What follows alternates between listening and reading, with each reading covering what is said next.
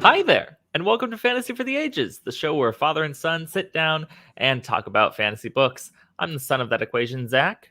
And I'm the father, Jim. Welcome. Glad you're here. And I feel weird that I put us on opposite sides of the screen today. Yeah, how are you doing, Dad? How are you doing with that Feeling new weird. change? I Oh know man, you change is old hard when we're people old. is a little hard. Yeah. But I'm going to stick with it. I'm going to try to power through because we want to mix it up for our watchers and subscribers, right? Before we get too carried away, I just want to say probably like a top bottom situation. I don't think I'm here for. That aspect ratio is not what I'm looking for. No.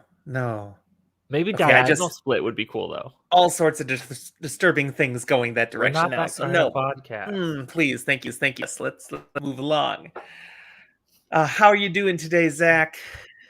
I'm doing pretty well. I kind of enjoy being on this side. I feel like my mic's been kind of in the way between us, and now it's not. I'm still going to gesture in the wrong direction every time I try to look at you, but it's fine. That's my own problem. We made it. We're here. Are you drinking? Oh, yes, indeed. Okay. See, the thing is, I've been gone for work on a trip for the last 4 days. I literally got home half an hour before this recording was supposed to start.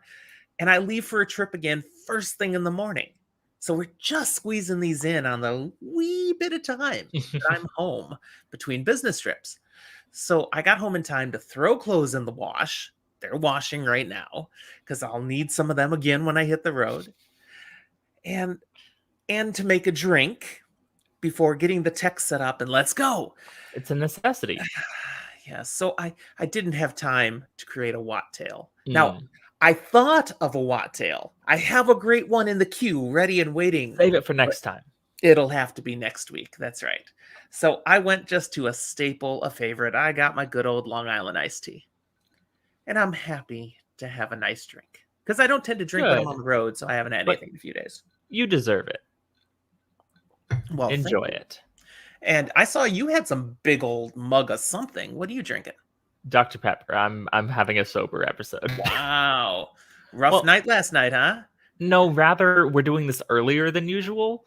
Not that much earlier, but enough that going we're doing this, we're going to be recording another one after this, and then I'm running D&D later as well. I just figured I should wait until at least the second episode to start drinking.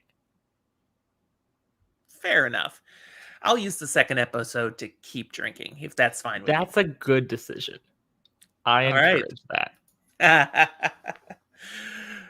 that. Discord will be continuing to drink through both episodes as well. Good plan. Good plan. All right. Well, we have very, very few notes for today. Honestly, I Okay. just have one comment before we get into our content, and that is we have a new state in the United States. Woo! Welcome. Oh, like a United State. I thought you were talking like a state of mind. No altered states here, nothing like that. But we have a state that hasn't had listeners before. So welcome if you are listening to us from Connecticut. We see you, we value you, you found a home.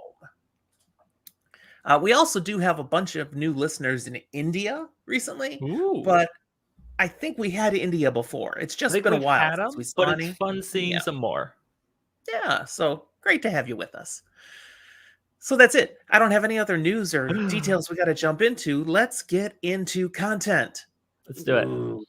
We have great chapters here again, chapters 11 and 12 from the Shadow Rising of the Wheel of Time. And it's time to reintroduce Tel'aran'rhiod, I the like World it. of Dreams. Yeah, it's already played a prominent role in the series. It was in, we think, the Eye of the World Probably. and the Great Hunt, but really stepped up a gear as we got to the Dragon Reborn. And especially near the end there with Perrin. But then nothing. We haven't seen anything. First, the prologue and first 10 chapters. Wait, there was no prologue. The first 10 chapters of the Shadow Rising. Prologue, which is the first 10 chapters. No, I'm just going to keep saying as we go, the entire book is prologue. No, it can't give you that. No. And we're going to really step it up a bit here in these two chapters as to where this story's going. And I'm saying that after the last chapter where there was the big Trolloc attack on the stone.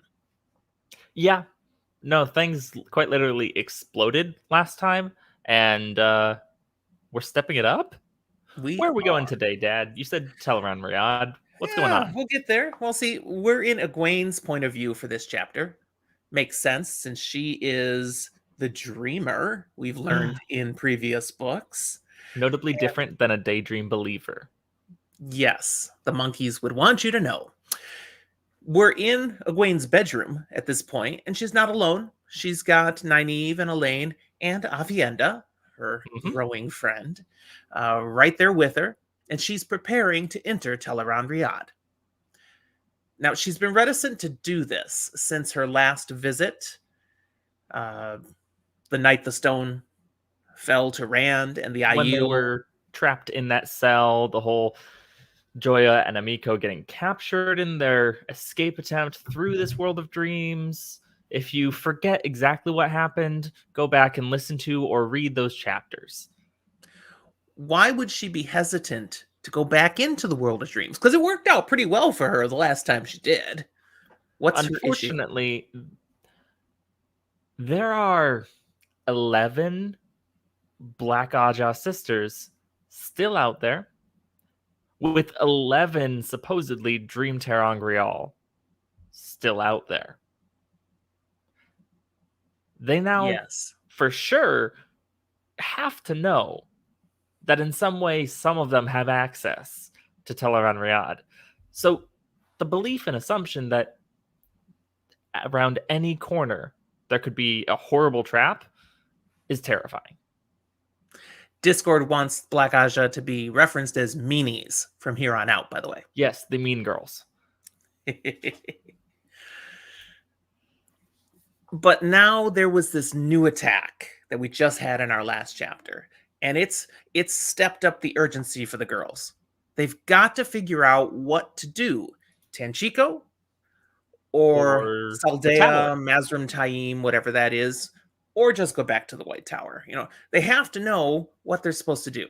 They've Mm-hmm. gotten these stories from Joya and Amiko that are confusing and uncertain, and they've been trying to puzzle it out, but they need more certainty. And So last for that, time when they needed certainty, they hopped into Tel'aran'rhiod, hopped down to Tyr, and oh yeah, we should go there. It's probably a trap, but we should go there. so here we go again. We're gonna try. And Egwene's the one that's going to go into Tel'aran'rhiod. The other girls offer to go with her or to do it themselves. And she's like, no, no, no, I need to do it because I'm the one who's a dreamer. Yeah. Therefore, I'm the one more experienced and more capable in Tel'aran'rhiod. From an outside perspective, it does look rather controlling and like Egwene's going, no, this is my thing. But also, Egwene is very aware of the fact that this is incredibly dangerous, especially if you don't know what you're doing. And Egwene doesn't know what she's doing, but she knows more than Nynaeve and Elaine. Yes. So she's preparing to go in, and she's doing something a little different this time. I didn't catch as I studied the text again exactly why she's choosing to do it this time, but she's not going to use the Dream Ter'angrial ring. She's setting it aside, and she's going to go into Tel'aran'rhiod. She's going to try purely of her own volition. Mm-hmm. It's something she's been meaning to try at some point. Since she's a dreamer, she should be capable of it. But no one's taught her this. She just decided, I'm going to give it a shot now. I may have missed if there was an actual reason given, but the impression that I got was it was somewhere between maybe it's time to try taking off the training wheels, and if you've got this power that can happen and you're not entirely sure how to control when it will or won't happen, and if it does happen when you're not ready and there's a trap and you're dead, that's a problem. So it's like just like Rand needs to control his channeling, Egwene needs to get a handle on controlling going in and out of Tel'aran'rhiod.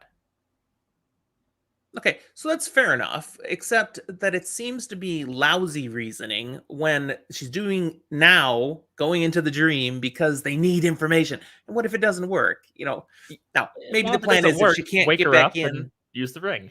right? Maybe that's the plan. So she has set a limit of 1 hour and says, "Wake me up no matter what when this hour of time goes by." So I guess if she'd Mhm. failed, she had a nap for an hour, and now she put the ring on and try. Granted, they don't have clocks in here, and we do get a little bit of a back and forth between Egwene and Elaine that shows their different position from where they're from. Uh, Elaine commenting about how ridiculous it would be to have a clock in a bedroom. Her mother has apparently 12 of these in the castle, but none in a bedroom. Egwene's very proud of the one that they have in the Wine Spring Inn. It is the only one in town. One, But yeah. yeah. Turns out when All you're a right, princess, you get more clocks. yeah, yeah. Perhaps a little entitlement too, but we'll Just talk a about little. that more at another time, I think. All right, so Egwene's purpose in going in is to try to get to Tanchico. Now, that was one of the places to explore. Mazrim Taim and that scenario is another place to explore, but they don't know or have any real details on where he might be exactly. Tanchico, they've got a little more possible stuff to work with because here we are. She found a book Hmm. all about Tanchico. Very detailed. It's got pictures, uh, able to use that information to kind of place in her mind somewhere she can try to get to in the dream. Now, it's not photographs. They don't have No, photos they don't yet. have pictures. Right, right, right. But seems to be a pretty detailed drawing, sketch of a specific location in the Panarch's palace in Tanchico that she's going to use as her target. And once she's there, confirm she's really there. If it works, then she'll explore and see if she can find any signs of Black Sisters being in Tanchico. Now, you said that there, and it's interesting to bring up, we've mentioned it briefly before, but the Panarch. What's a Panarch? Well, that's a good question. And that's one of the things they talk about here now. We get a little information dropped on us about Tanchico in their conversation. One is that a panarch is a ruler on the same level as a king. And in fact, Tanchico has a king and a panarch. But it's Hmm. like there's a little division of labor checks and balances in their power structure in Tanchico. So the panarch can raise and collect taxes, but has no authority to spend the money. The Hmm. king can authorize spending, but can't raise taxes. So they Yep. have to work together for joint goals, or nobody can really get much done. That Loosely, I kind of kind of makes see sense. it as the Panarch making the runnings of day-to-day things happen and have this actually still work and not fall apart. And the king can be a big picture. Let's go do this. Let's look at these other things and vision for the Tanchico. They're going to have to cooperate, though. That's the way the Hmm. government's designed. Either one having grand plans, you can't really do what you want to do unless the other one's going to go along. It mentions they do both have soldiers. I think it's the king controls the bulk of the army, but the Panarch has some personal guard soldiers as well. Yes, and they both have their own palaces. Yes. So here we go. She's focused to get into the dream, focusing on Tanchico. Um, it notes that, again, her emphasis on trying to do this without the ring is partly because she's the first dreamer the White Tower has had in almost 500 years, and there's Hmm. nobody around who can really teach her. So she's got to try these experiments and stumble through on her own. Egwene is going to have her friends there guarding her, watching her while she enters the dream, hoping it works out. And Tanchico. Now, the other thing we pick up on here is the specific destination she's focused on, which we said already was in the Panarch's palace, has something kind of unique. Emmeline in Discord pointed out it sounded like a natural history museum to her. Kind of. I think that's spot on. Absolutely. You've got displays around the room. You've got things kind of held off with ropes. I've seen that in museums. You can't go past the rope. Don't get Mhm. too close. And there's some skeletons on display, and one in particular is focused on in this drawing, and it's a huge animal. It's Mhm. detailed well, and I wanted to ask Zach, from the description of this animal, I'm not going to reread the description, but you could tell what it was, right? Maybe I'm actually gonna go a little bit into what it is because without any context, it doesn't seem like she knows what it is. But I have later reasons where I go, if it's what I think it is, maybe she eventually should. It feels, yes, just skeleton, but to me, like kind of like an elephant. I don't know if that's right, but it's big. It's got the eye sockets. She first thinks there's 4 eye sockets because they're big eye sockets, but then she goes, wait, those are for tusks. Am Yeah, I on the right yeah. track? I think you're spot on. I'm pretty sure we're Okay. supposed to see it as an elephant. And this says there are no elephants anywhere Egwene has been able to see. There's no zoos with elephants. This is Okay. not an animal that's known to people anymore. You might Remember want to this remember for that. the Yeah. spoiler room. But Egwene certainly has never seen anything this massive of an animal anywhere in her experience. Now, all right, getting to Tel'aran'rhiod. She's nervous. Now, Mhm. she's not just nervous about the Black Aja and what she's trying to find. And she's not just nervous about, will I be able to slip in without the ring? Mhm. She's nervous because her dreams have been all screwed up lately. And so Great. dreaming intentionally at all is not a comfortable thing. Do you recall some of the things she's been experiencing in her dreams? And when I say in her dreams, those are with capital D. As a dreamer, she has these dreams where she senses they do mean something, and she's been having a bunch of really disturbing dreams that seem to mean something, though she doesn't know Now, what they mean. granted, RJ hints that this is a capital D dream, and we are telling you it's capital D dream, but on my first read, I'm sitting here going, okay, is it? Or is this just going to be a long con, huge joke where we give a lot of emphasis and like importance to her dreams, and they're just bogus nightmares? Yeah, Um, as a first time reader, if you have no context, you're exactly right. That's it. You just read through them. Okay, get through all this stuff. I want to get back to the action of the story. we're But telling you they pay attention to all them. have real meaning. Emmeline with us in Discord is a first time reader. She does not know the meaning of all of these yet. So pay attention. You probably got some of them already because she's farther along than we are, Mhm. but she doesn't have them all. So a Okay. couple of these things, we see a Godzilla-sized Rand. I love this super giant rat. It's destructive. And everyone is running from Oh, him look, as they should. Tokyo. Kinda, yeah. Uh, We see another one with Rand. He's in chains and he's screaming. So somehow a captive Rand. um, and then another one with Rand here. Rand's got a lot of dream importance here. He's building a wall. He's going very Shrek. This is my swamp. You stay on your half. I thought you were gonna go. He's becoming Trump. No, we don't Thank you go for not going political there. here at all. We go fun and fantasy. Therefore, I go Shrek. That's much better. Yes. We see Aiel. She's got Aiel in her dreams.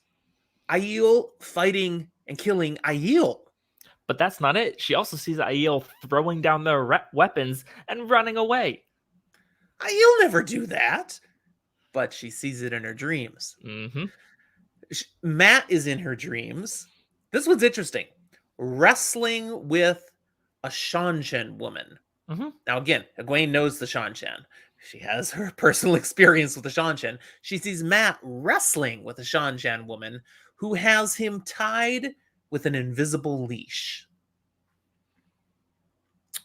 There's a lot to unpack there. We don't have Oh enough my. time. Anyway,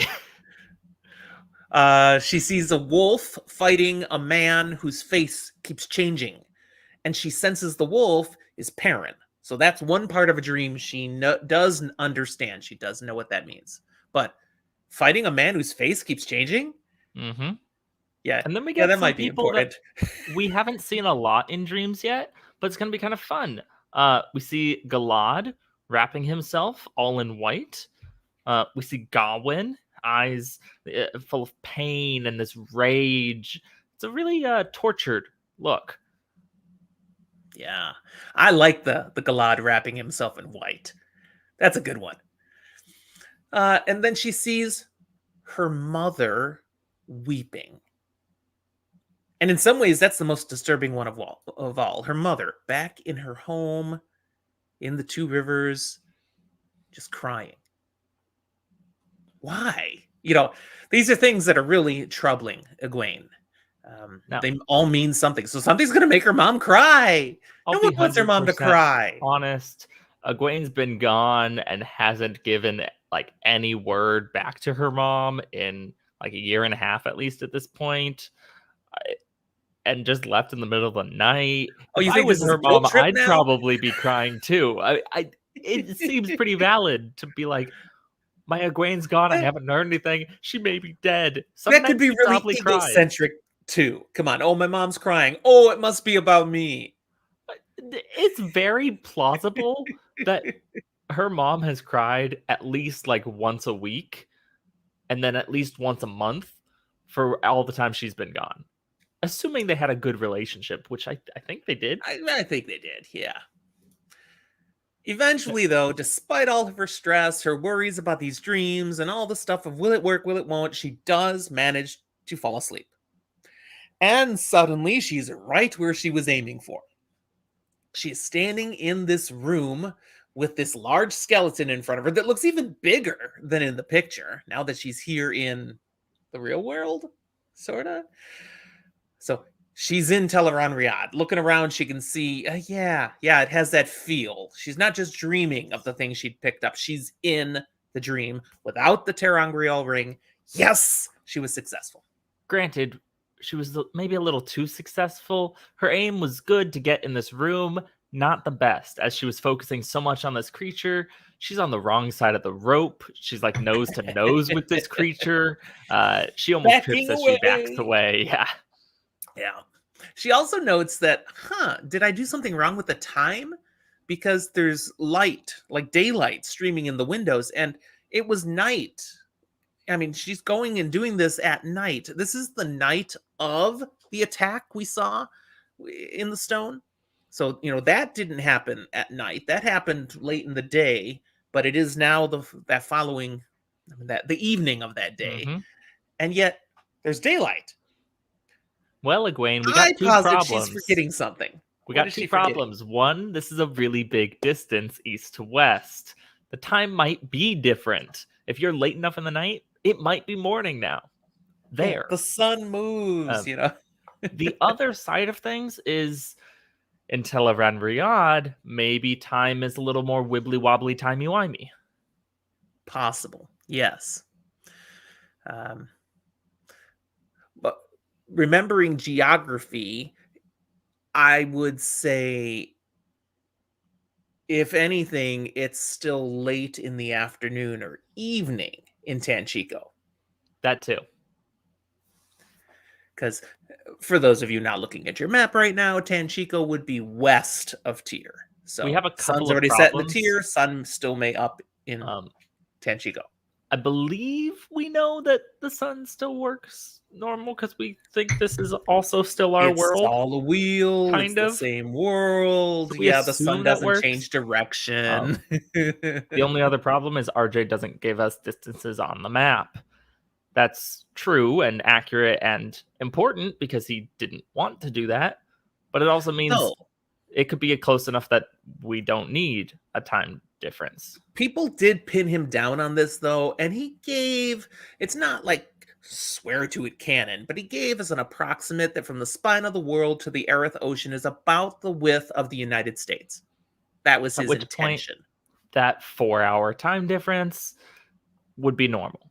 Right. All right. So she's here. Okay. Few differences, oddities, but she's here. So she then embraces Saidar. Why? Why is that her next move? Oh, she's still scared that there's meanies waiting for her, to use the Yes. term appropriately.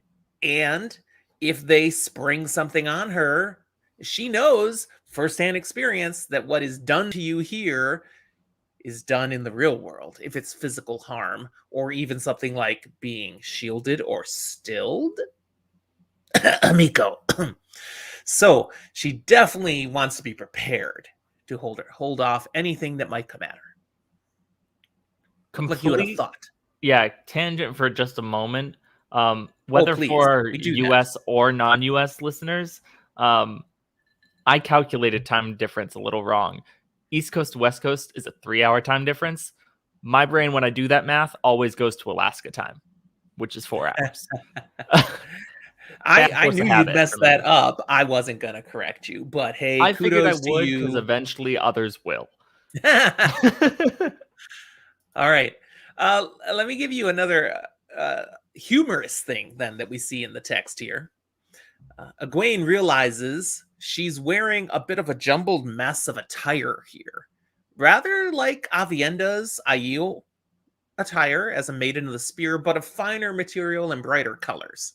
She's like, huh, she hadn't intentionally done that. That's just what she appeared in the dream dressed as. So now she gives some specific attention to this and shifts her clothing all to browns and grays. So it looks like what Avienda actually would wear. Mm-hmm. And we're reminded by this that your attire in the dream can be whatever you want it to be. You can change your, just with thought, change what you're wearing. She's at least gotten that much understanding of what you can do Yeah, as it a takes dreamer her in the world of stopping dreams. and thinking about it. And if she lets her mind wander, there's some wibbly wobbliness there. But I Oh, don't we're really going to like get to that that in term a second today. now. Because as she's changed into this attire, then she's like, wait a second, I'm in a city.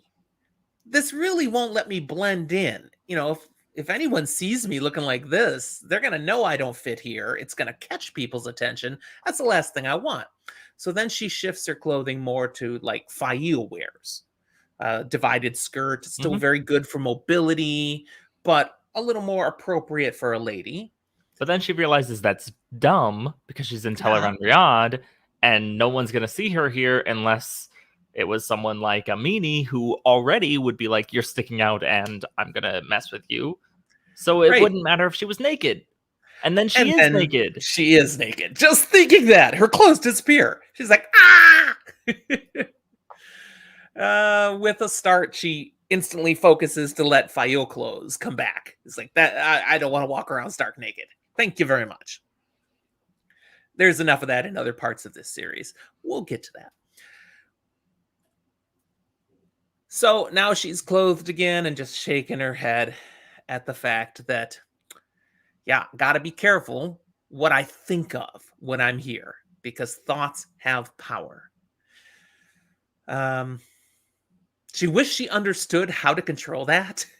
She's sure there must be a way, but again, no one's been able to teach her that. Mm-hmm. She hasn't found anyone who has more capabilities here than she herself has stumbled into. So that's kind of a problem. It's not trial and error; it's trial by error. And error and error and error. But okay, we're in this museum. So now let's look around a little more detail, see what we can see. And the book describes the room she's in really like a museum. The actual words are a grand display of artifacts of ages long past, of the age of legends and ages before, open to all, even the common folk. So there's all sorts of stuff here on display with everybody welcome to come and see it, exactly as a museum. The museum here is known to hold treasured items made of Quendiar. Remind us of what Quendiar is, Zach. Quendiar is Hearthstone, the super durable, unbreakable thing from the Age of Legends that many things could have been made of. However, the making of Quendiar is something that has been lost. Notably, we know of one specific thing that is made of Quendiar, and that's the seals on the Dark One's prison. That's right. That look like this, unless it's a TV show and it looks like this. I mean, it's Massive debatable. thing. They could be like this. They could be almost dinner plate size. The Other things that she's looking around at are interesting. Emmeline in Discord points out that there are other skeletons that aren't labeled, but they're described for us, and one of them, as she says, is clearly a giraffe. I mean, there's no giraffes, apparently. Egwene does not know what this thing is, but look at that long neck and 4 legs. And it's a giraffe. There's another one that's described. Did you catch that one, Zach? Did it strike you as anything? If I remember right, there was like something with really long teeth. Kind of made me go like saber-toothed tiger vibes or something. That's what I sensed too. Which ties in well that, things from the Age of Legends and even before, this might be one that's far more ancient. And that's what she gets off of these things.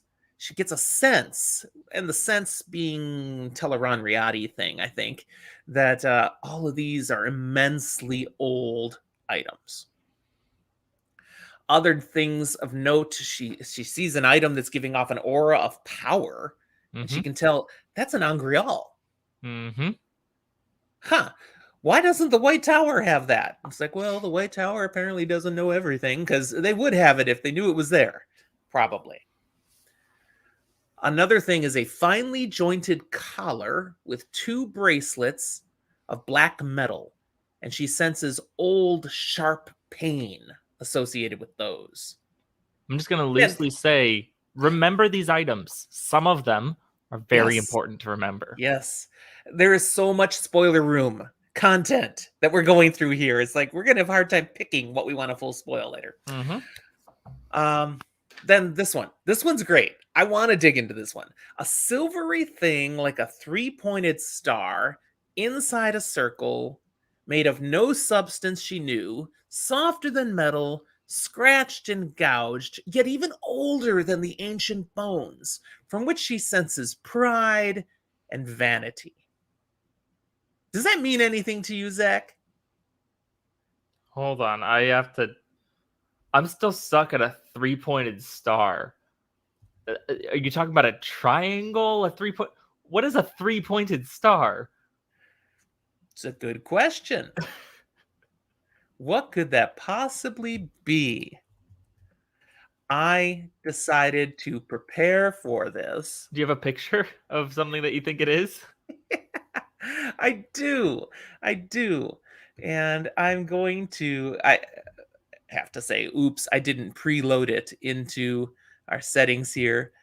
So I have to do just a moment here to get my screen ready, pull it up. It's going to be small because I'm doing this fast. But here it comes. There's your 3-pointed star, Zach. Oh, there we go. Gotcha. Nice, huh? That is a 3-pointed star within a circle. There is sense of pride and vanity. Yeah, it's the Mercedes-Benz logo. I mean, that was awesome. That works out. Far older than other things because it's not from the Age of Legends. This is one of those signs we get that most people figure RJ was referencing our age as the one before the Age of Legends. Or at least one of the ones before. Yes. Yeah. So that's rich. That's a good drop. And again, if people hadn't figured that out when they were reading, well, you're welcome. But that one was just too fun not to throw in what we sense. I love that. Okay, one more thing Egwene sees. The upper half of a broken figure carved from some shiny white stone holding a crystal sphere in one upraised hand. Seemingly unable to help herself, like she's drawn to this, she crosses over and she picks it up. And instantly feels the power surge within her, then into the figure, then back into her, then into the figure. And this feedback loop, and it's very painful, and she drops it, and it shatters on the ground.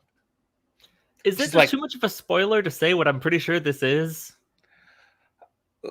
No, I don't think so. I think you should remind us of what you think this is. Yeah, this is apparently only half of an access key to the female Choden Call. Yes. One of the most powerful Sa'angreal in the world. See, we've seen something like this before in The Great Hunt, where Rand saw a big, massive statue, very similar in description to this, being unburied, and that it had some purpose, something to do with the power and all. This is like a miniature now that clearly has some connection to the power, maybe to the same big thing. We also know there was a second one, we were told, on the The island of island of Tremalking Tremalking. of the sea folk. And so, yeah, there's a logical conclusion that this is some power thing too that is connected to the big ones. That makes sense. Otherwise, why would it have done something like that to her? That being said, we get some weird dream logic here. As she drops it, it shatters. She's like, looks away and kind of looks back, and it's fine, and it's on the shelf. I don't know, how can it be back on the shelf when it just broke? Dream logic. It didn't. Explain. Well, it did, and it didn't. Just because it did here didn't mean it did actually. And if here is a reflection of the actually, then, well, maybe it's back to a reflection of the actually if you aren't remembering and keeping in mind that it is broken here. Gotcha. And yeah, it's easier to just say dream logic. It probably was, and we should have stopped right there. Okay. This is all fine and interesting, but none of this says anything about her purpose here. Are the Black Aja here? We don't know. So she's gonna have to get out of this museum room, because this is not a whole building that's a museum. It's this one big hall she's in is a museum.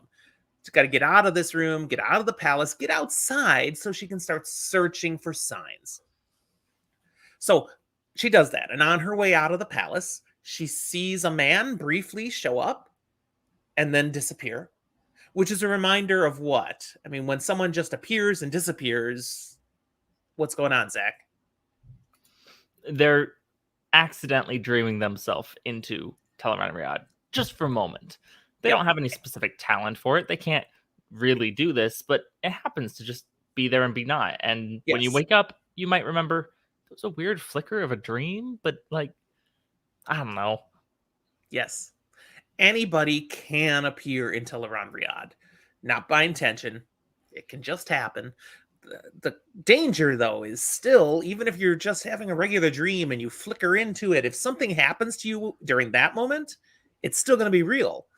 Thus, the theory that sometimes when people die in their sleep, it's because they ended up in Tel'aran'rhiod and something happened and they died, and thus in the real world never wake up again.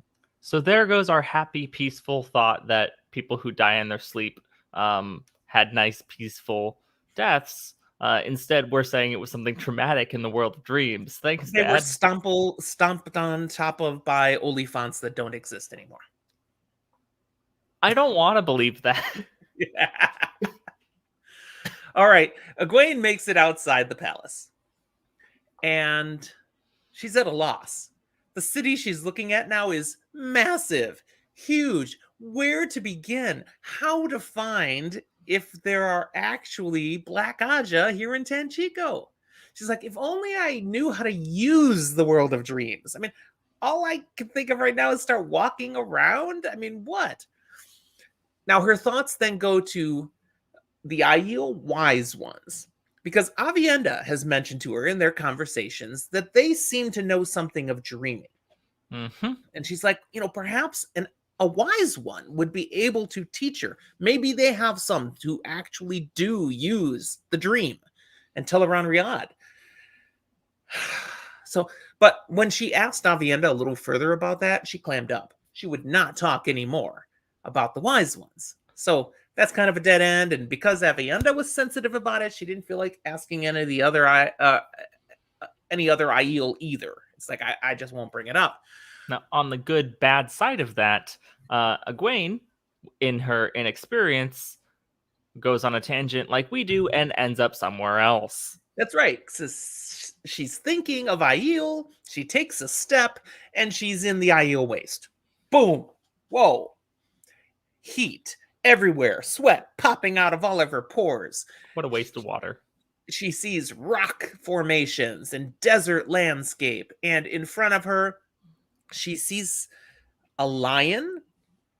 She's never seen a lion before, but she's heard descriptions of what a lion is, and in front of her, that's a lion. Now, it's not looking at her. It seems to be stalking towards another creature that looks like a wild boar, but she does know what a wild boar looks like, and that's not really a wild boar. The description is given as a little off. I read the description and I went, well, sure, it's Pumbaa. No, You're saying it's a warthog. it wasn't a warthog either, because then I looked at pictures of warthogs and went, no, it's not a warthog. But it's probably closer to a warthog than it is. Okay, it's closer to Pumbaa than it is Babe. Okay? It's probably somewhere in the hog family, but like, what? Go to a different podcast that dives a little deeper into that, and they'll probably have a better answer for you. So she sees the lion, she sees the boar, but she sees something else, or I should say someone else, because also going in a hunt, moving forward, perhaps for the kill, she sees a maiden of the spear, an Aiel woman out there, got her spear ready to go in for an attack, and she's like, whoa, what the? And how did I get here? And oh man, and it does dawn on her. I got here because I was thinking of the Aiel and the waste, and boom, Yep. I moved here, and I know that's how this works. I gotta cut that out. Problem is, as soon as she noticed that Aiel maiden, the maiden senses something and looks up and looks right at Egwene. It's like, Oh no. crap. So Egwene closes her eyes, thinks Tenchiko, Tenchiko, Tenchiko, and There's opens no them place again. like Tanchico. And she's staring a bony elephant in the face again. She's It right worked. back where she was. Yes. Whew. So, chastising herself for letting her thoughts wander like that, Egwene returns to the outside of the palace and begins her search. And the time is ticking. I mean, what is she thinking about? She's getting a little nervous about the time now. Why? She told Elaine and Nynaeve, don't let me go past an hour. They weren't watching a clock, but they were watching a candle, which has been burning and is still burning and going down. So at some point here, she's going to get woken up. And if she hasn't found anything, she's just wasted that time, found nothing, and probably not going to try again tonight. Right. So, all right, start searching. She's walking around through the city looking for any signs of Black Ajah-ness. Sure. She's not seeing anything that screams, oh yeah, Black Ajah. Oh look, mean they don't Leandrin put wrote up a a sign. big Leandrin sign? was here. Yeah, it's like dark friends welcome, nothing like that. Nothing. But she does see a bunch of things that puzzle her related to just Tel'aran'rhiod. Things she wishes she had an explanation for. Like what? Well, I don't know, things looking a little flickery at times, the way people will just show up and disappear again. I mean, one guy just appears plummeting out of the air and then disappears before he hits the ground. It's like, oh, that's weird. So there's a certain how things will move. Like she looks inside a building and sees furniture a certain way, and then she goes out, and then she goes back to double check something, and the furniture's moved. She doesn't understand why these things happen. Why do some things stay permanent and others seem to change every time you turn around? It's enough to puzzle her, and again, for just a moment, make her think, maybe a wise one would know how this works at all. And bam, she's back in the freaking waste again. Pretty much the same place she tumbled into before, except now the boar creature is charging right at her. And she's like, steps back, falls flat on her butt. The boar just jumps over her and keeps on running, disappears into the rocks. Now, the boar wasn't attacking. The boar was getting away. Yes. Why? Well, behind the boar, there's our maiden of the spear again, ready to get the boar. And now I guess ready to get Egwene. The scary lady. That was pretty good. Now, what did you say, Zach? Well, she missed the boar, but she's still got a spear. And Egwene's still there, And sticking with the pointy end. that's exactly what Egwene is seeing. Oh, oops. Okay, maybe I should do something here to de-escalate the situation. Because, if I just close my eyes and try to, no place like home, no place like I'll Tenchiko. get stabbed. Yeah, I might. Yeah. So, all right, I got this. I'm a very confident woman, Egwene says to herself. And she changes herself into Aiel garb again. Makes herself dress just like Avienda, just like this maiden. Mm-hmm. And she says, I'm no threat. I'm not here to cause any harm. Peace to your home. I'm making up words here, but she's trying to, put her at ease and show I mean you no harm. Unfortunately, Egwene, for as much as she has now been spending a little bit of time around Avienda and other Aiel, doesn't know the first thing about Aiel. No, because that triggers the Aiel woman. Said, you have no right to wear Ketansora, girl. And suddenly, Egwene's naked. Again? Again! Twice in the same chapter! Robert Jordan, what are you doing? Anyways,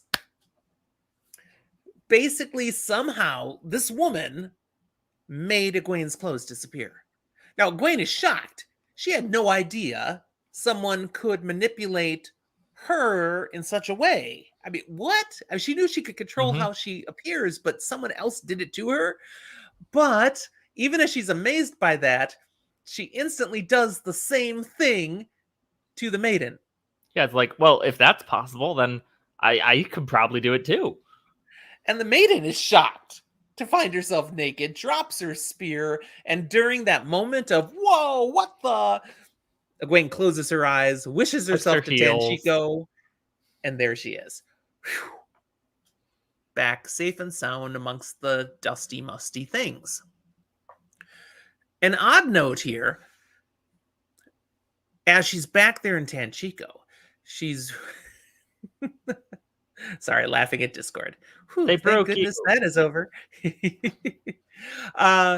She thinks to herself, just as she was closing her eyes to wish herself back to Tenchiko, she'd seen someone behind the maiden. Mm-hmm. A figure who she'd swear looked like Birgitta Silverbow, straight out of the legends. Golden-haired, braided woman holding a silver bow. And she's like, did I really see that? I couldn't have seen that. Clearly a mistake. Birgitta Silverbow is a hero of the Horn. She wouldn't be hanging out in Tel'aran'rhiod. She's dead.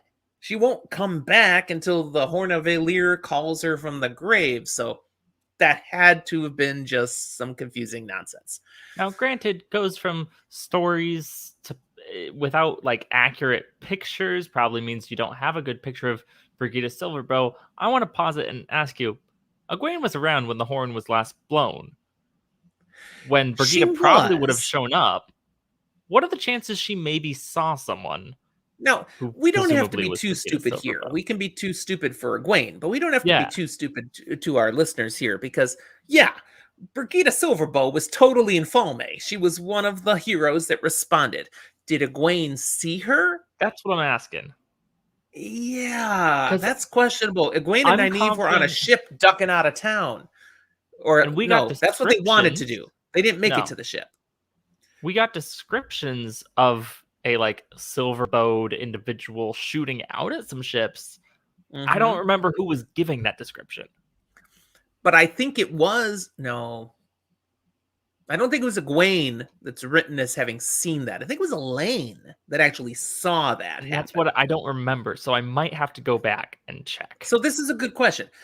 Does Egwene realize Birgitta or Birgitte, depending which way you want to say it, was there at Falme?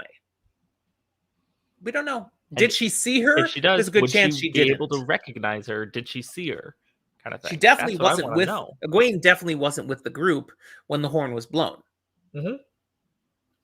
She was a Damane. She was trapped, So, yeah, she probably didn't see her. Anyways, Still, even if she heard later she had been at Valme, she's still a hero of the horn who's in the grave until called. So she shakes off.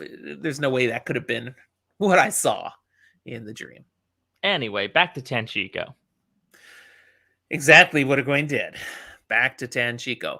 Now she's starting to stress because tick, tick, tick. Okay. Or I don't have a candle to point at, but time's running out. She knows she doesn't have much time. She gets back out of the castle again. And she's like, I've got to find some real information here. But how can I cover ground? This city is massive. And then she sees something almost providential.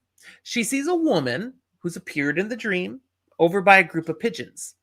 And the pigeons take off. And the woman follows the pigeons. She just takes off into the air and flies with the pigeons. And Egwene's like, it's a dream. She's doing it. I should be able to fly if I envision I want to fly. She thinks, I've flown in dreams. I've had that kind of dream. Who hasn't had that kind of dream? Have you ever flown in a dream, Zach? I don't actually remember like any of my dreams. Any? Yep. Seriously? I'm confident I do because it's like a necessary process for your brain to process information. Oh yeah. Otherwise, you dream. memory would be a problem. And no, when I wake up, the last thing I remember is going to sleep, and it is a gap of time that is just blank. It is black emptiness. I don't remember. Dude, dreams. There may be something wrong with you. I serious. Like, don't everybody know of remembers some of their anyone dreams. who is quite like this. The only dreams I ever will occasionally remember are when I'm not actually asleep and it's more of a daydream. I just kind of like have that. I'm aware of being awake still, but I can't really move my body yet. Those are the kind of dreams I can sometimes remember occasionally. But that's it. I have dreams I had years ago I still remember that were just particularly entertaining or good ones. And we're not that kind of podcast. I'm not talking about those sort of dreams, okay? But just some interesting, weird ones that have happened that I'm like, no, they were cool. And I have dreams all the time where I remember some of them. The weird thing is I have a decent imagination, I think. I come up with a lot of things. None of it really can come from dreams because I don't remember them. Very strange. There you got it, Fantasy for the Ages fans. Zach, he's weird. But if you also never remember your dreams, you can respond with I'm on Team Zach, or you can respond with, yes, Zach is weird. Either way, we'd love to hear from you. Exactly.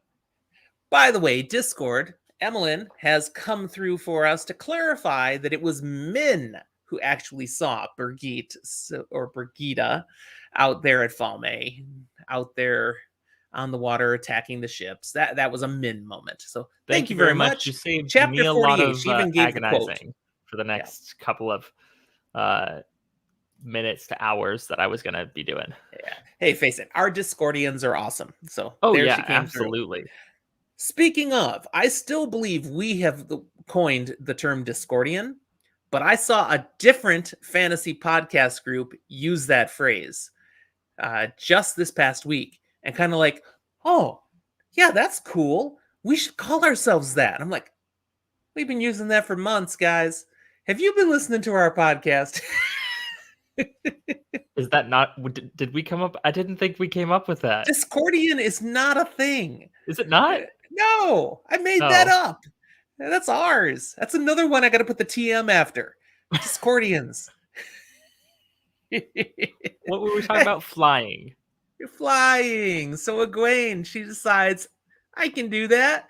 That's how I'll cover the city. And up and away. Egwene starts flying over Tanchico. Now, she's only flown for a few moments, and when she's like, I'm actually flying. Wait a second. People can't fly. And she starts to wobble like she's going to fall, and then, stop that. I am flying. It's a dream, doggone it.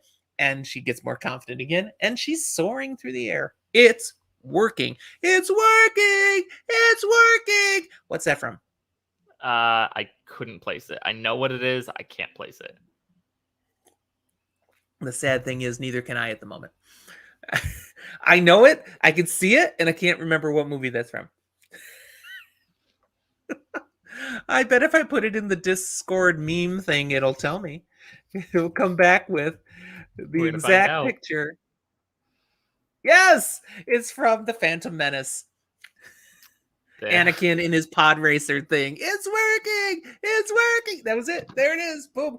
I just quoted the Phantom Menace on our podcast. We just went down a few notches in quality. I'm sorry. It's okay.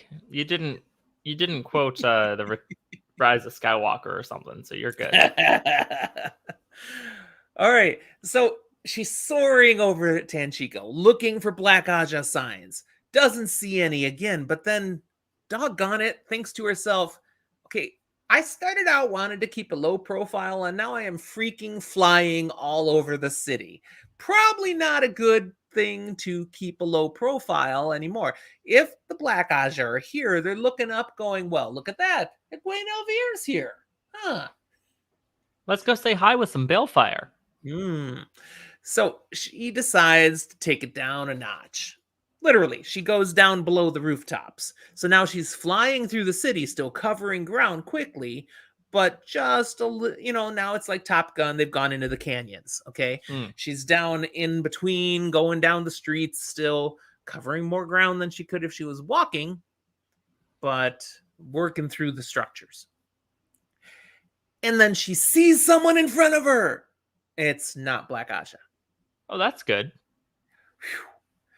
But it is somebody who, another person appeared in the dream. I maybe should avoid that person, except the person looks right at her and says, stop that! Hard enough to find you without you flitting all over the place. Get on the ground. Okay, maybe that part's less good. What's up? She realizes this is the Aiel maiden. Not dressed like a maiden anymore. Mm-hmm. She's dressed in other kinds of clothes, but she realizes this person followed me and apparently wants to talk to me. And we discover this is a wise one.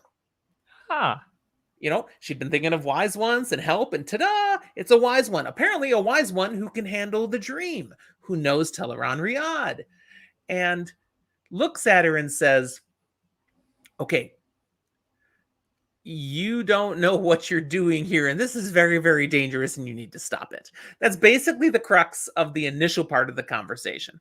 Yeah. Now, the things we learn through this is this woman's name is Amis.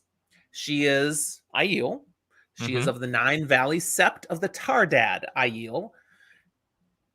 And since she introduces herself, Egwene introduces herself as and lies. An Aes Sedai. Yeah. Of the Green Aja. Amis tells Egwene that Tel'aran'rhiod is very dangerous.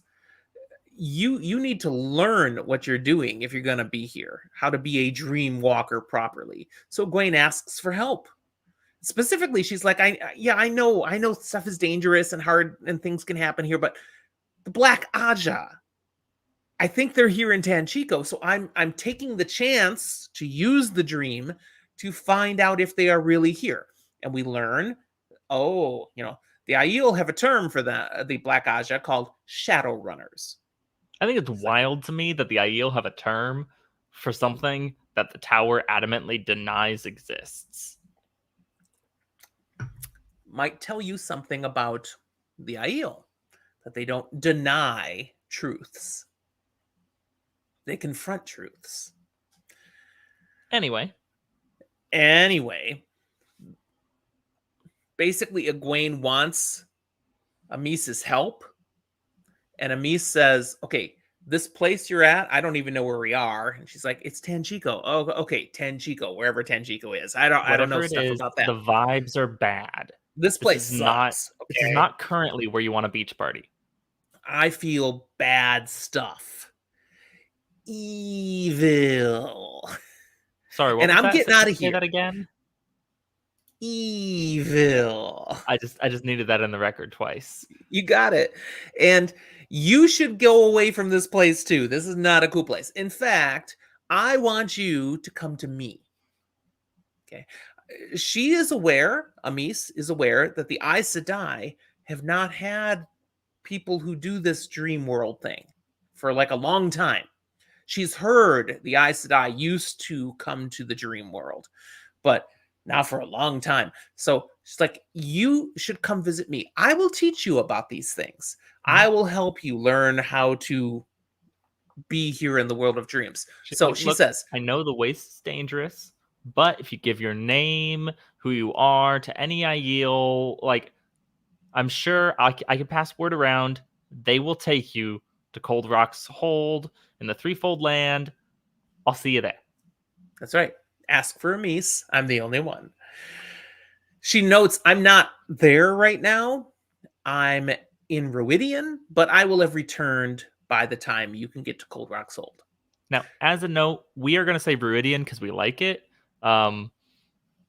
This is one we know there are multiple pronunciations. I believe the correct is like Rudian or No, Rudion or something. no. The correct is Ruidian. We looked it up for the pronunciation guide, We and that was did. not what it was. And it was Ruidian. No, it wasn't, because this was one of the words I'm pretty sure we had in our spelling thing. That might be a Patreon only episode. I don't remember.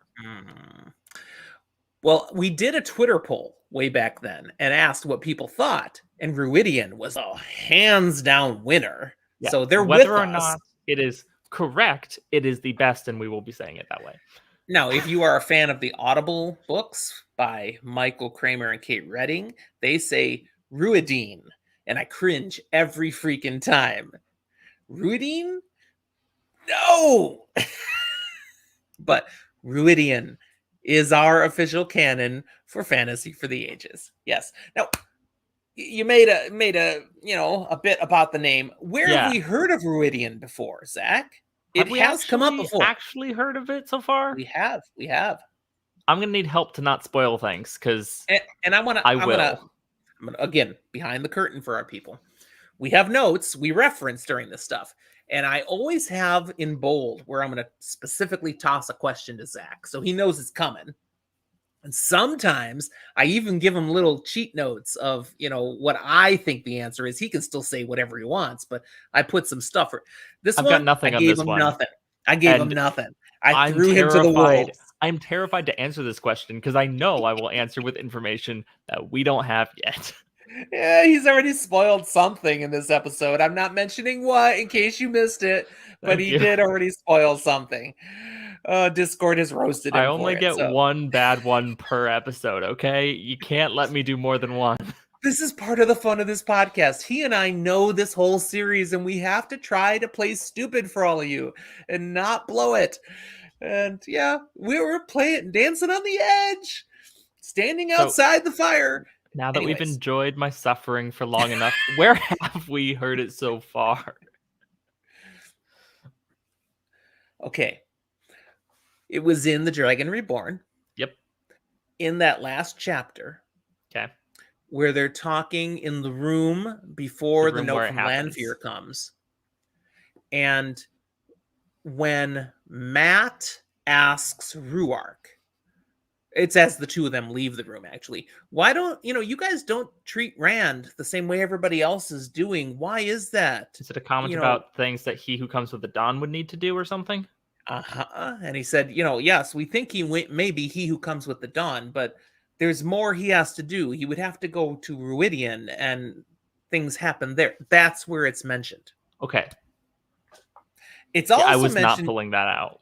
It's also mentioned in the Great Hunt in a reference to Wise Ones, but they have to go there to do something. Of where it is. So it's been mentioned a couple of times already, but without a lot of details. Hint, hint. We're going to get details. It's coming. Be patient. I think they got that from me agonizing about not telling too much. Okay. Then the conversation comes to an abrupt end, as does the chapter, because Egwene is snatched out of the dream. She's having this moment with Amice, and she gets sucked out because her hour's up and the girls wake her up. End of chapter 11. Now it's chapter 12. The hour is up. Mm-hmm. And she's surrounded by Elaine, Avienda, and Nynaeve looking very relieved because they had to shake her really, really hard. She wouldn't wake up. The hour's been up for like 5 minutes, and they've been trying pretty much everything they can to wake Egwene, and she just wasn't. Ready to get the ice water. It was bad, yeah. Notably, they were getting ready to get the ice water. Yes, they didn't get it yet. They thought about getting the whipped cream. You know that one, right? The tickle. Shaving cream, probably. Yeah, yeah. Egwene shares her meeting with Amis. Turns out Avienda knows her. So there's confirmation. This is really an important person. This is a wise one. And yes, she's at Cold Rock's Hold. And Egwene knows her because Egwene knows her. The Avienda knows her because she has reason to visit at times, as her sister mother is sister wife to Amis. So just to break that down, for my sake and for Egwene, Elaine, and Nynaeve who go, what? Sister, mother, aunt? Yes, I believe that is how that would Because that break one I out. don't think gets explained. Sister, wife does. Yeah, there's a lot of these terms in the Aiel culture that are a little different from what we're used to. So actually, they take some time here to break down, because Egwene's like, what? Yeah, with this one. So, okay, let's lay it out, what we learn here with clarity. First sisters. That means girls that have women who have the same mother are first sisters. However, there is a way you can become first sisters, something to do with a pledge you make before the wise ones. It feels a lot like a wedding ceremony of sorts, in the sense that it is a bound oath that is said in front of official people, and this is like your closest person. You protect them in all things, and you share a closer bond than any other person. Yes. But it's something you choose to do. It's not that you become like adopted. Not like that. You make a commitment, a choice to it. By the way, first time readers, that particular one that you can become a first sister is important. Please remember that. Then there's something called second sisters. And that meant your mothers were sisters. So, for us, that means your cousins, second sisters. Now, father sisters means your fathers were brothers. But that's not nearly as important as being connected because of the mothers. This is a matriarchal society. Yes, matriarch. The sister relationships are more important. Mother-daughter relationships are more important. Anything to do at all with the maternal line is more important. Honestly, there is a lot in the entire Wheel of Time universe that is female-centric. A lot of the power is tied to the women. Yes, there are some powerful men, but there's a lot of the power tied to women, which makes sense because men broke the world. And so as it recreated, women were the safe ones. Women were the ones to go to, who are about stability and nurture and care and can fix stuff. Kind of makes sense. Okay, so sister wife. This is the one where they're all like, whoa, whoa, whoa, whoa, whoa. Hold on. What are we talking about? So a sister wife means you have the same husband, but not like you're Mormon and you have multiple wives. Polygamy was a thing in the United States for many years back in the 1800s. That's not what we're talking about. Now, because it is, but it isn't. It's not, because it's matriarchal. So the women are the ones driving things. Yes. And Avienda is actually surprised that they're shocked at this. It's like, what, you don't do this here? So women can decide that they are, first sisters, they are close and all. And then if a man is interested in one of them, well, that's fine. But he can't marry one of them. He'd have to marry both of them because they're a thing, okay? They are sister wives, in that sense. They were first sisters. If you want to marry, you're going to have us. Not her, us. And the women are the ones who even decide about marriage. A guy can't propose. No. A guy can show he's interested and can, do things and show off and give compliments and whatever. But it's the woman who has to say, hey, you wanna? Let's do this thing. It's kind of interesting. It reminds me of like birds, actually, and a lot of birds.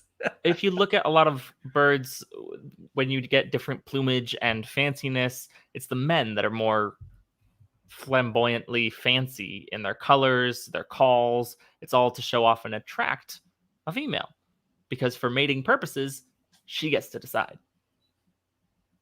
That's true. We got a great picture on Discord for that. That's nice. Some things that happen on Discord during these live recordings we can't replicate or even explain. You just got to join us. So find us on Patreon, drop us a simple $1 a month even, and you can be part of the live recordings and all that hilarious goodness. So, sister wives, Egwene, Elaine, they can't even wrap their minds around this, that you would choose to share a man, even though it's your choice, that you would do that? What? And Whereas Elaine, in particular, is blushing because she's picturing the possibility of sharing Rand. Mm-hmm. Yeah. Now, it does feel pragmatic, but in a meaningful way. Simply saying, you pledged this person to be your first sister. Nothing will come between you. And so not even a man is more important than the bond that you two share. I think that's really cool. These wetlanders don't understand it. Aviendha looks at the girls and go, you two clearly are like first sisters. What if, Egwene, you hadn't been willing to step aside and let Elaine have Rand? And again, what they did, that manipulation of Rand, made perfect sense to Aviendha, because women are in charge. That's how it works, even though this was not how it necessarily works in the wetlands. That made perfect sense to her. But, it also would have made perfect sense if Egwene and Elaine had chosen to share him. No problem. A man definitely should not come between the unity of two women. And there's a moment where Elaine, as she's picturing, if I have to share Rand with someone, well, if it's Bear Elaine, I'm going to kill her. Maybe we'll go back, revisit that whole challenging with knives thing. Okay, we get one more dose of IO culture dropped here. As I said, apparently women are the ones who popped the question. We're going to learn more about that, which is why I just wanted to make sure that really holds on. There's going to be multiple ways in the series where that becomes relevant and significant.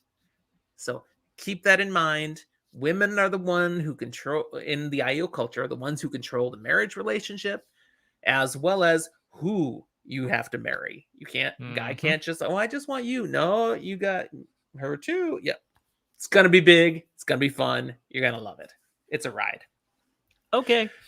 Despite that fact, we've got another person in this room who's tired of this conversation. Nynaeve. She's like, come on, can we move on to something that's really relevant now?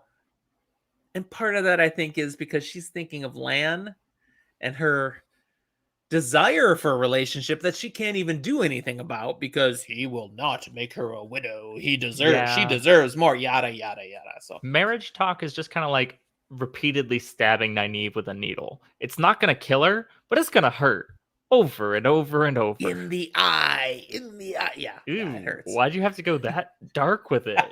It's a grimdark book, Dad. It's painful. Okay. Yeah, but now you've just traumatized all of our listeners. They have to imagine that now. Okay. No. Just making it worse. Long Island talking, and I'm okay with it. But also, I'm only halfway. So let's get back to Discord. Nice meme. That's great. We broke him. Let's get back. Nynaeve says, let's get back to Tenchiko. This is what it was all about. What the heck did you find? She's like, yeah, nothing conclusive. I learned from Amis that there's wrongness, which is honestly, that's a pretty good something. That means, probably, but also There's a lot of evil out there. Maybe there's just like a Forsaken there. Who knows? Yeah, it could be Black Aja, could be Forsaken, could be plumbing Politics. backing up, and it stinks bad. It really can't peg what it truly is. She asks, Egwene asks Avienda, so Amis, can we rely on her sense of badness? And she's like, oh, yeah, yeah.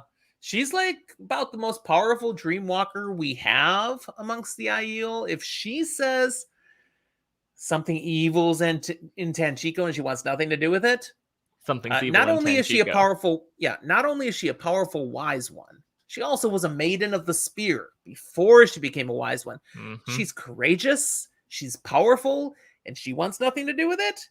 Yeah, it's bad news.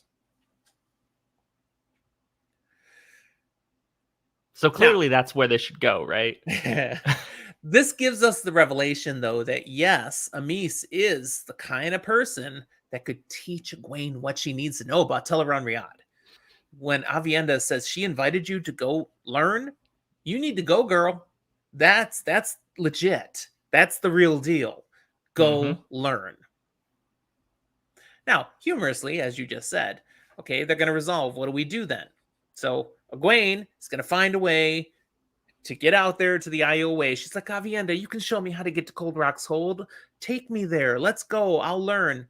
But Nynaeve and Elaine are like, so we'll go check out Tanchico? Seems like a bad place. So, of course, we'll go there. And before they can get any solid, yes, this is exactly what we're doing, cue Moraine. Yeah, Moraine is gifted at this. Just walk on into a conversation again. I know she wasn't, but I feel like she was just listening at the door for an inconvenient time to walk in. Yeah. And so she does. She bursts in and she says, so, by the way, Joya and Amiko are dead. And nastily so. Ooh. Ew. They're not just dead. They're very, very dead. So they were apparently killed during the attack. And so the girls were like, so the attack was to kill them? It's like, well, maybe that was part of it. Clearly it was a sub-goal. It definitely happened during it. Yeah. Now, the Trollocs and Myrddraal didn't barge the prison and kill the women because guards remained on duty throughout the attack to make sure, no one can get to the Black Aja sisters. And they never saw a thing. No one came down there. Someone somehow got there, ripped out their tongues, slit their throats, and nailed the tongues to the walls. Now, I didn't picture it that way.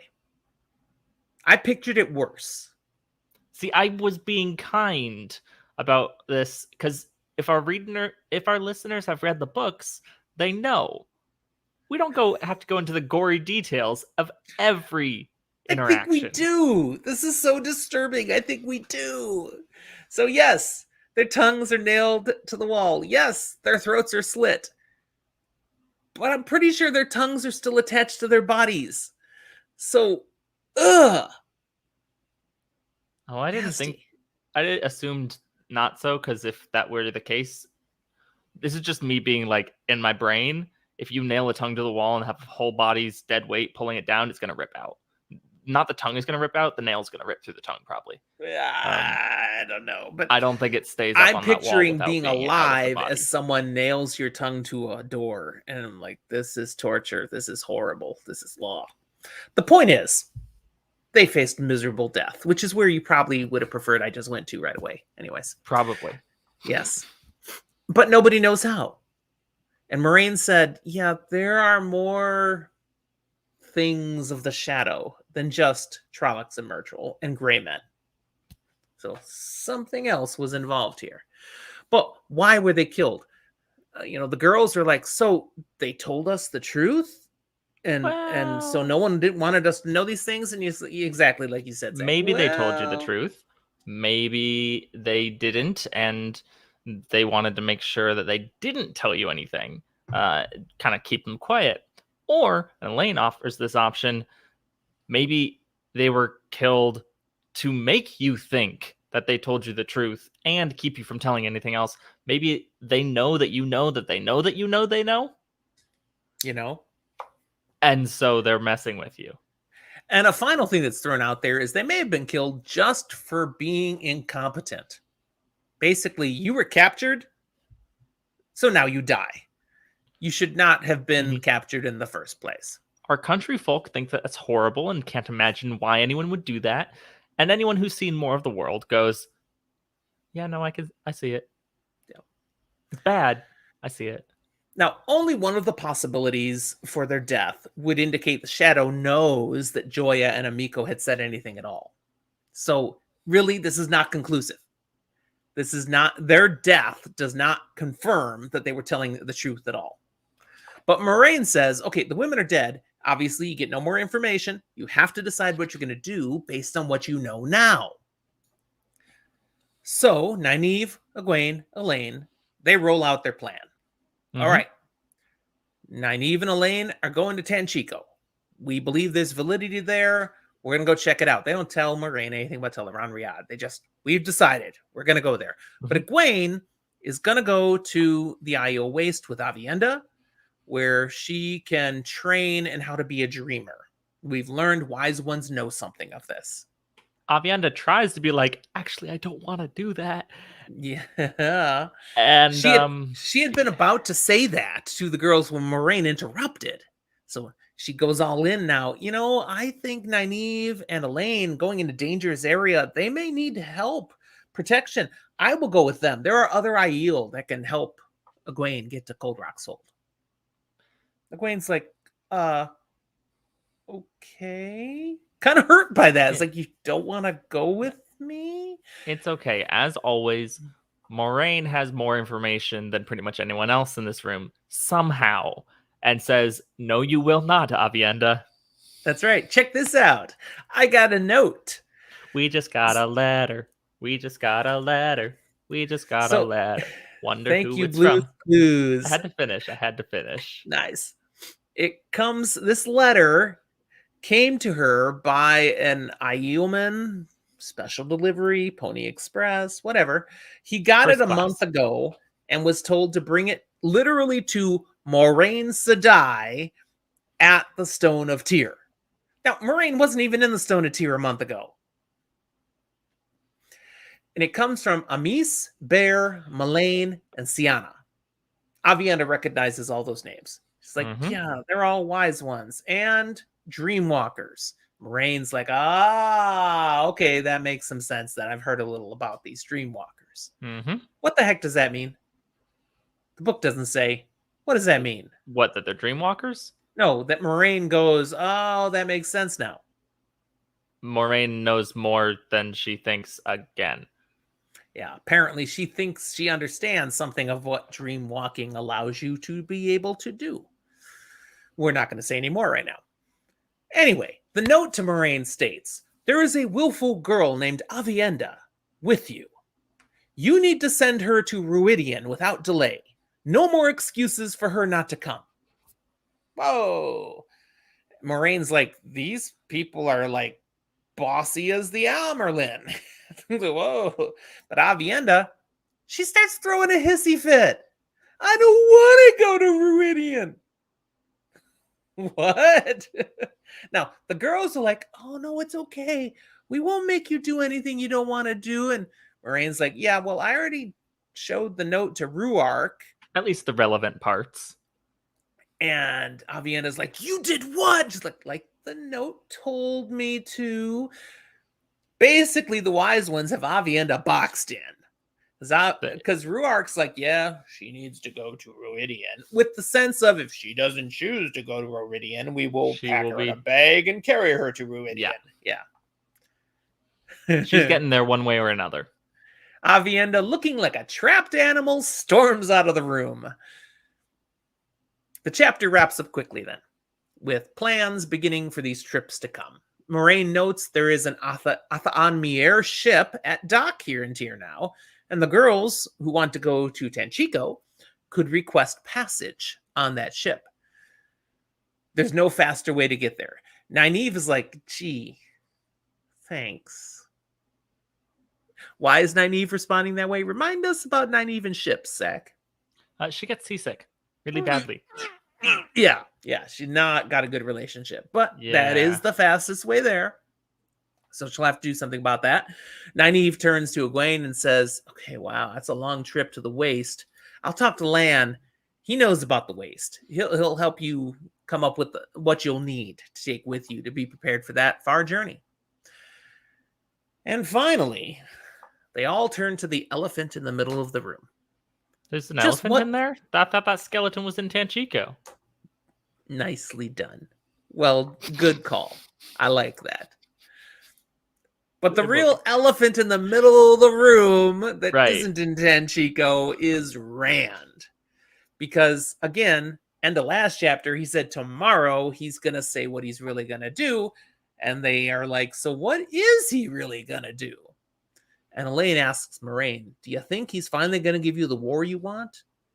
And Moraine's like, oh, wait a second, girl. I don't really want a war. What I want is whatever has to happen so that Rand makes it to Tarman guided. Right. So what I'm hearing is Moraine, trust the ta'veren. And so we'll find out. Maybe next chapter. Maybe. But that is the end of our content for today. Yay! Good stuff and good things to come. Before we move on to our spoiler room, though, now we have a question for today. Mm-hmm. We have our Ask Zach or Jim question channel on our Discord. And so any of our Discordians, trademarked, can toss a question in there for us to address on the podcast. And this one comes to us from Emmeline, who is with us in Discord today for this live recording. And it says, if you were going to write a novel, what genre or subgenre would you pick and why? For example, would you just go for your favorite genre / subgenre to read, or might your imagination or humor be better suited to a different one? So I love this question. Absolutely. I haven't written as much as I'd like recently, but I do have ideas here and there that I toss around and I use them. And most of my writing I then turn into and go, no, let's do this in like D&D because I'm actually going to use it. That being said, I would not write fantasy. I love fantasy. It's just not what I probably would write. Realistically, I'd write something that I might enjoy reading. I don't really like watching in like film that much, and that's more a kind of horror genre. That suspense thriller, little bit Lovecraftian side of things is something that I really enjoy creating and diving into. So that's really where my writing sits. I've actually prepped to write a book years ago. I played around with this. Where I was working towards was a mystery novel. Mm-hmm. The old whodunit type of thing, set in more modern context. So I think I could do that. If I was going to write something, I think I could do mystery. You're going to write modern Clue. There you go. Sherlock Holmes in the modern age. I'd love to write fantasy. I'm not sure my brain is complex enough to meet the masters who are out there now. But I think I could do mystery. I like a good mystery. If I was going to write fantasy, I think with the birth in the last decade or two of this grimdark genre, maybe. Now, again, Emmeline's with us here. She drops into the Discord wondering if maybe I'd go more towards the Dresden style. And that's not a bad idea, because that's that slight blend of mystery with urban fantasy. The problem is I have read all the Dresden stuff, and how do I do it without being a knockoff now? Because that stuff is so good. If you have not read the Dresden Files, you need to. That being said, if you wanted to write Dresden Files fanfic, go for it. There's nothing wrong with that. Definitely not. All right. Thanks for the question, Emmeline. Hope you enjoyed our answers to that. Now we're going to jump ourselves into our spoiler room section. And for the first time, I have something to add for it, and I don't know if this effect is going to come in right, but let's try it. The spoiler room. That works. We'll figure out how to make it format quite work right, different. but it's there. All right, we need to roll our dice to see who is going first on these. So many good things to spoil. I have dice in front of me, but none that I haven't used yet, so we're going to go with this one. All right, very good. I've got my number waiting for you. What you got? I got a 10. I got a 15. I get to go first. Oh, a lot of good things to spoil in this one. And I'm going to something that is pretty much useless. But it is a personal need to spoil because we were on an episode of Watchnary a while back, and I couldn't name or place a thing on one of my rounds. Nice. Because elephants exist in the world of the Wheel of Time. They still are around. They're called Seredit. They're kind of like elephants. They're slightly different, but not really. You look at it and you go... I always said shred it. There's an apostrophe. Say Seredit? It's S''R, so I go Seredit. I probably am wrong. Point is, elephants do exist. Has a carnival been through Emmons Field? Heck no. Egwene's never seen one. So it's not wild that she sees this but they don't exist skeleton and doesn't know continent. What it is. They're over in Shandar. Yes. However, a couple of them probably exist because where we see them later is this continent. And I don't think they just came over. Because it's a Shanshan handler.